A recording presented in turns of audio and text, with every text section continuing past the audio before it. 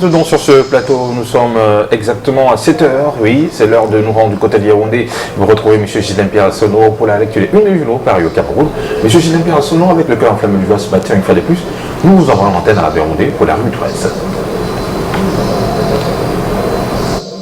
Bonjour Douala, bonjour Thierry Carole, bonjour également à Sofran. Je salue le cœur enflammé de joie les millions de téléspectateurs de Canada International, ceux du Cameroun et du monde entier qui sont tous chargés fort d'informations. Bien que c'est la revue de presse sur Canal Matin et donc sur Canada International. Il tenait lui-même son portefeuille hier, en tout cas parler de paraffaire. L'image qui est restée saisissante, celle du chef de l'État camerounais.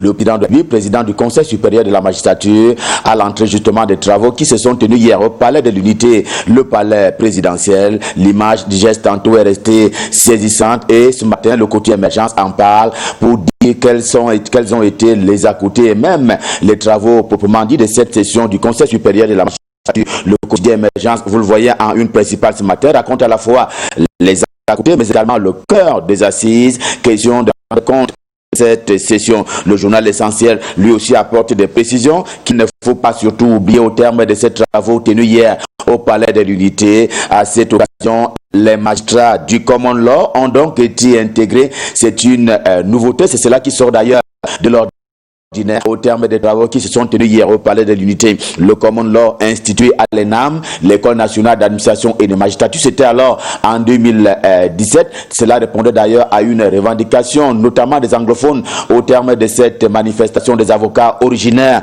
de ces deux régions-là, ou si vous voulez, eh bien, cela a donc marqué le travail judiciaire en tenant compte des traditions spécifiques, notamment dans le nord-ouest et le sud-ouest camerounais, qui sont donc d'expression anglaise. D'ailleurs, l'un des récipiendaires est Abel Minko, donc on sait qu'il est précisément le secrétaire du directeur et en fonction après avoir prêté serment au même titre que les autres nouveau membre de ce conseil a notamment demandé aux magistrats de travailler, citation, avec finesse, objectivité et même le grand sens de la mesure. L'essentiel en parle ce matin et parle aussi des travaux qui ont été portés sur les fonds baptismaux. Si l'on s'en tient à mutation, également en kiosque ce matin, qui parle d'un travail qui a été axé essentiellement sur la carrière des magistrats camerounais. Il en ressort des nominations dont certaines sont mises d'ailleurs en exergue par le journal de Gab, Georges Alain Boyomo, édition de ce jour. C'est ainsi que Yap Abdou a été porté à la tête de la chambre de compte, donc de la Cour suprême du Cameroun, laquelle chambre justement a été traversée par un vaste mouvement sur lequel revient mutation dans sa livraison de ce mardi au tribunal criminel spécial, le TCS. Emmanuel Njere est remplacé par Annie Noël Bahounoui Batende, qui va ainsi composer avec l'opération épervier ses clients d'hier, ceux d'aujourd'hui, mais également ceux de demain. Et demain, la fin, quand ce ne sera pas la famine en zone urbaine, pour parler des grandes métropoles camerounaises, Douala, Yaoundé, Bafoussa, nommé la Garoua, Maroua également. Eh bien, en tout cas, le quotidien Mutation, édition de ce jour, signale qu'il se profile à l'horizon une augmentation du prix du pain, la baguette en tout cas, tous ces murmures donc autour des prix et des intrants et autres matières premières dont le coût est porté à être relevé depuis notamment que la COVID-19 a obligé des pays à fermer leurs frontières, réduisant ainsi les transactions commerciales et même financières au plan mondial. Et c'est ce qui peut donc se repérer sur le panier de la ménagère. Voilà donc la crainte qui est exprimée ce matin par le quotidien Mutation. Alerte.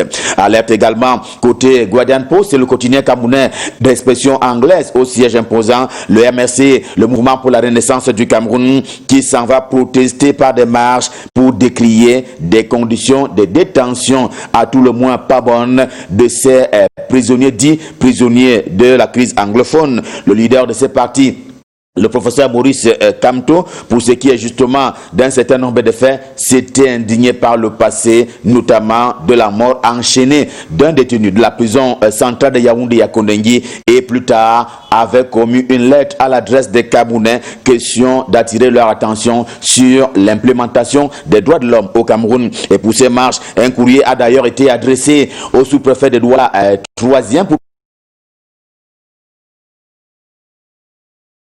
parler de la capitale économique du Cameroun pour parler justement de cette lettre en termes d'information par rapport à ces marches qui devraient avoir lieu de ce côté-là, c'est-à-dire à Douala, 3e. Dans la région de l'extrême nord, on l'appelle affectueusement la plus belle des régions, Maroua étant sa capitale. Eh bien, la situation est grave pour ce qui est justement de ces projets relevant du BIP, le budget d'investissement public. Le quotidien Le Messager, le journal de Jean-François Chanon signale également cet état des choses ce matin. Le journal en a récemment ont été frappés de forclusion, faute notamment de réalisation dans les prescrits par la loi et même les bons usages. Les lenteurs administratives dans le système de transfert, notamment des fonds, à l'instar des autres blocus à la mise en place du grand processus de décentralisation dont on sait qu'il est en cours au Cameroun depuis 1996. En tout cas, il est prévu dans ce texte qui a été révisé depuis 1996 et depuis, on a l'impression qu'on avance en reculant. Et c'est précisément ce pourquoi la désormais maire de Fumban se prononce ce matin dans les colonnes du quotidien Le Messager. Patricia Thomas Nondamjoya, pour ne pas la nommer, a donc pris prétexte de la journée africaine de la décentralisation célébrée hier sur le continent africain, que c'est question justement pour elle de constater les avancées, mais également et surtout les reculades du Cameroun en matière de décentralisation. Selon elle, on avance en marquant le pas sur place. La preuve avec précisément la Gazette du Noun qui dresse un peu un tableau, mais pas un tableau reluisant pour ce qui est du développement de ce département, le département du Noun, région de l'Ouest Cameroun. Le cas pratique est donc celui de ce département qui ne répond plus à une forme administrative rationnelle et qui connaît 95% des routes non bitumées pour un seul projet structural. Voilà ce que renvoie le journal La Gazette aux yeux du monde entier pour ce qui est du développement local du département du Noun, région de l'Ouest Cameroun. Et au plan politique, le département qui souffre d'un abandon de considération, seulement 5 sur 180 sièges des députés à l'Assemblée nationale, 2 sur 100 sièges pour ce qui est des sénateurs du côté du Sénat précisément. L'économie n'a pas de plan de développement local, renseigne encore le journal La Gazette du Noun. Aucune université et le train de vie est complètement bas de ce côté-là. On s'en tient et précisément au taux de scolarisation qui est, selon lui, de 50% seulement, le tout étant emballé par une région, que dis-je, un département qui ne va pas avec une vision de développement, le département du Noun. Vision économique fait un peu dans le social ce matin en donnant la parole à Jean-Marc Ngos, c'est le leader du parti de l'Esprit d'Avril 1948.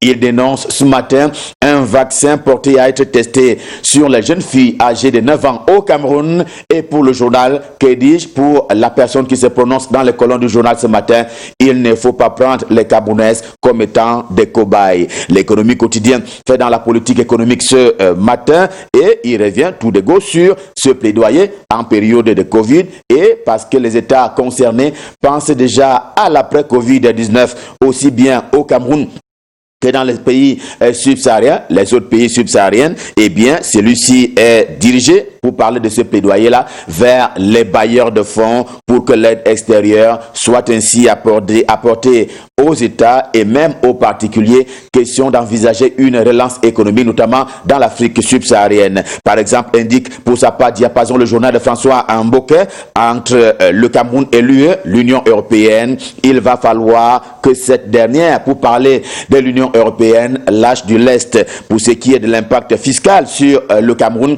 relativement à ces accords de partenariat économique entre le Cameroun et l'Union européenne. À l'observation, l'évaluation établit un déficit côté Cameroun parce qu'il y a effectivement eu ce fléchissement sur les recettes fiscales. Expression économique également en kiosque ce mardi insiste à dire que le Cameroun a pu convaincre les bailleurs de fonds à travers son ministre Alamine Ousmane de l'économie, de la planification et de l'aménagement du territoire, président de la réunion de gouverneurs africains par rapport au Fonds monétaire international et aussi au groupe de la Banque mondiale. Elles ne sont pas directement liées aux infrastructures sociales camerounaises. Pour parler de ces institutions de Bretton Woods, on l'indiquait, le FMI et la Banque mondiale, et bien à l'image justement de l'hôpital de district de Mounatélé. Nous sommes dans le département de la Liki, région du centre Cameroun. Éco-santé en kiosque ce matin fait écho de cet état de délabrement avancé dans lequel se trouve justement l'hôpital local.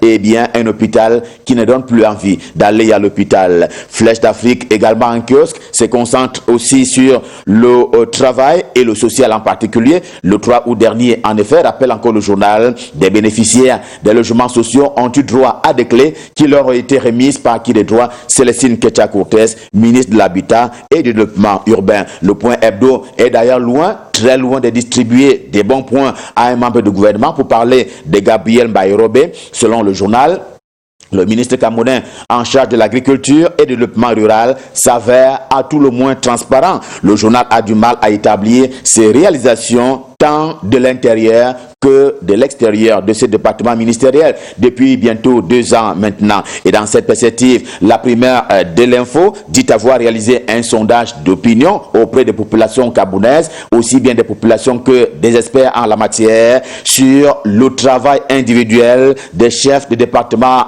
ministériel, pour parler ainsi des ministres camerounais à l'arrivée en vertu des critères d'action, d'activité, d'efficacité et même d'efficience. Les notes varient de 3 à 19 sur 20, je dis bien de 3 à 19 sur 20. C'est donc un catalogue que le journal dresse ce matin à toutes fins utiles. Tribune d'Afrique, le journal de Faustin Djikam a plutôt pris l'angle avec la lutte camerounaise contre la Covid-19 pour parler de la riposte camerounaise contre la pandémie. Il réaffirme, lui, le journal, que le ministre René Emmanuel Sadi, en charge de la communication, est simplement victime d'allégations mensongères de la part de ceux qui se revendiquent parfois patriotes sur les plateaux de télévision. D'ailleurs, son éditorial range ce type de comportement dans les officines de promotion du mal. Promotion des valeurs contraires à la une principale du journal, Réalité, le journal de Paul Ngouaré Kindi. Promotion, cette fois-là, de valeurs positives pour la République du Cameroun. C'est le cas de le signaler, celui de ce banquier. Il s'appelle Alexis Mekechou,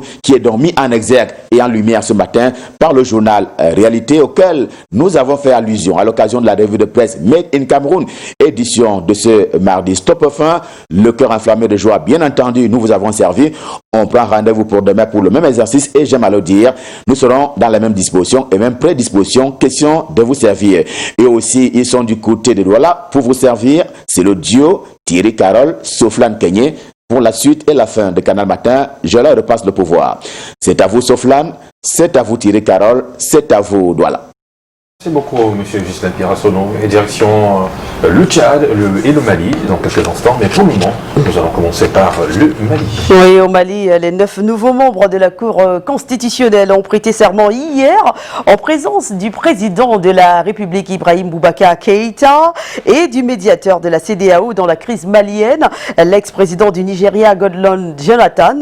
L'un des premiers dossiers que va devoir traiter cette nouvelle Cour est celui des 30 députés à l'Assemblée nationale dont l'élection est toujours contestée.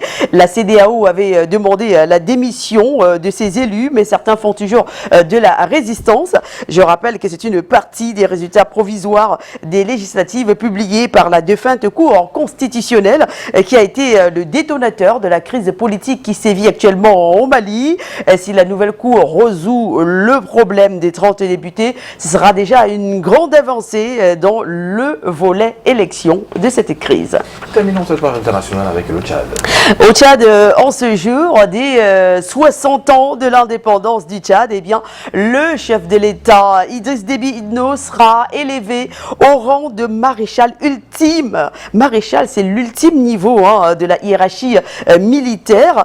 Ceci au cours d'une cérémonie spéciale à l'Assemblée nationale. Alors, ce titre honorifique, on s'en souvient, avait été attribué au chef de l'État tchadien en juin dernier par des députés, ce qui n'a pas tardé évidemment à créer la polémique. Pour l'opposant Saleh Kebazo et président de l'Union nationale pour la démocratie et le renouveau, il est inacceptable de tenir cette cérémonie le même jour que la commémoration des 60 ans de l'indépendance du pays. Relevons qu'en raison de la crise du Covid-19, eh bien, les autorités tchadiennes ont décidé de ne pas organiser le traditionnel traditionnel défilé populaire, mais seulement une prise d'armes symbolique. Voilà donc pour nos informations au cœur de nos frontières. Ce matin, nous allons dire bonne fête à tous les Tchadiens qui nous regardent ce jour pour la célébration de la fête de l'indépendance obtenue en 1960. Allez, une petite page de pause, une petite pub s'impose et juste après on revient pour proposer les différentes autres rubriques de Canal Matin.